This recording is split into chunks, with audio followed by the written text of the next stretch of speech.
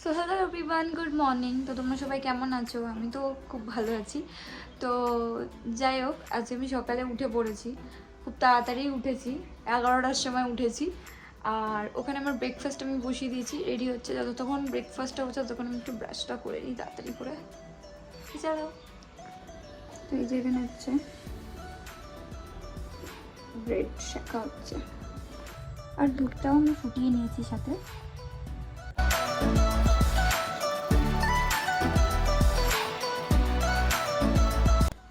তোমার brush trash করা complete হয়ে গেছে। এবার আমি ব্রেকফাস্টটা খেয়ে নেবো, আর খেয়ে নিয়েই আমাকে স্নান করতে হবে।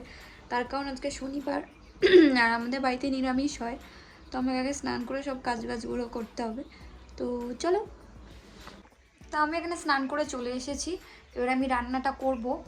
আর আমাদের বাড়ির সামনে অনেক মানে কচি কচি ছোটো ছোটো বেতে শাক হয়েছে, বেতে শাক বা বেতো শাক যাই বলো না কেন, ওটা হয়েছে। তো আমি ভাবছি ওটা দিয়ে আছে কিছু একটা করবো, কারণ আজকে এমনিতেই নিরামিষ, আমাদের বাড়িতে তেমন কিছু হবে না। ওটা করব, উচ্ছে আলু ভাজা আর ডাল।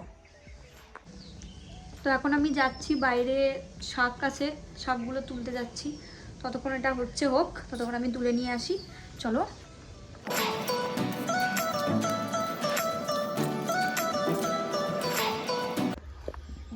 দেখো কত হয়েছে, দেখছো?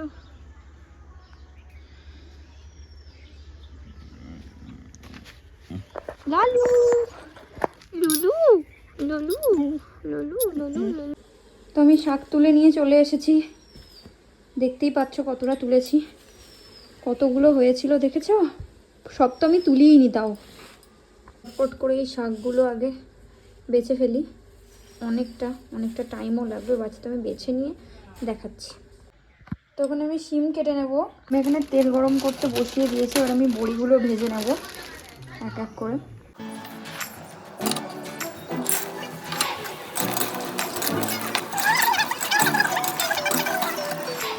তেলে আমি কালো জিরে শুকনো লঙ্কা দিয়ে দিয়েছি।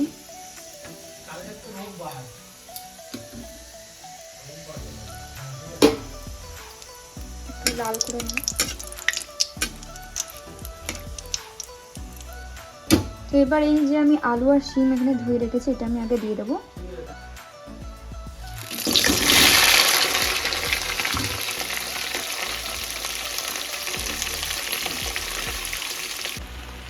তো এই যে আমার তরকারি অলমোস্ট ডান, বাকিগুলো আমি করতে হবে আমাকে এখন, বাকিগুলো করে নিই। তো এখানে আমাদের উচ্ছে আলু ভাজা হয়ে গেছে, হয়ে যায়নি মানে এখনো বাকি আছে, একটু হোক লাল লাল হোক।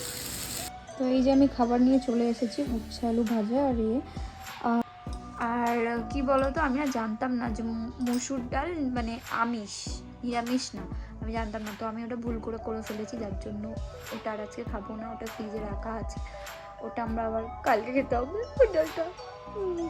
যাই হোক, তো খেয়ে নিই আমি তাড়াতাড়ি। তো খাওয়া দাওয়ার পর আমি ঘুমিয়েছিলাম, একটু ঘুম থেকে উঠে গেছি।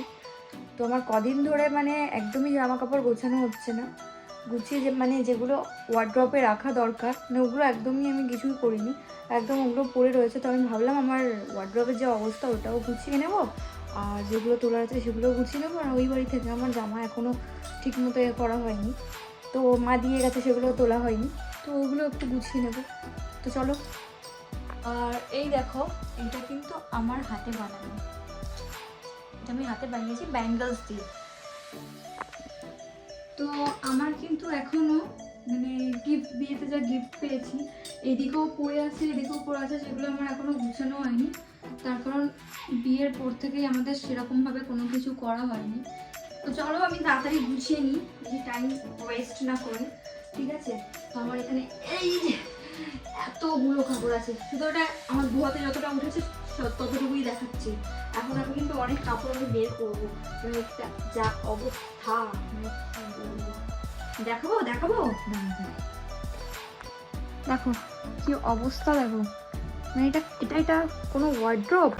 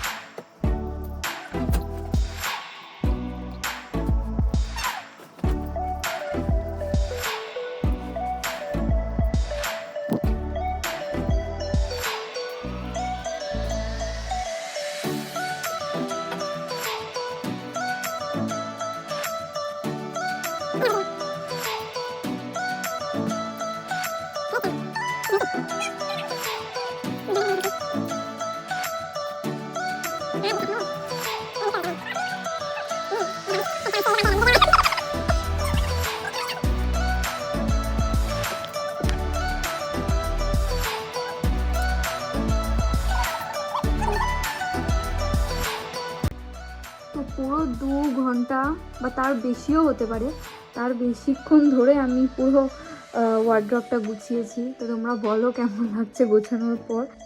আমি তো গোছানোতে পারি না সত্যি কথা বলতে, তো যতটা আমি চেষ্টা করেছি আর কি। তো বলো তোমরা কেমন লাগছে।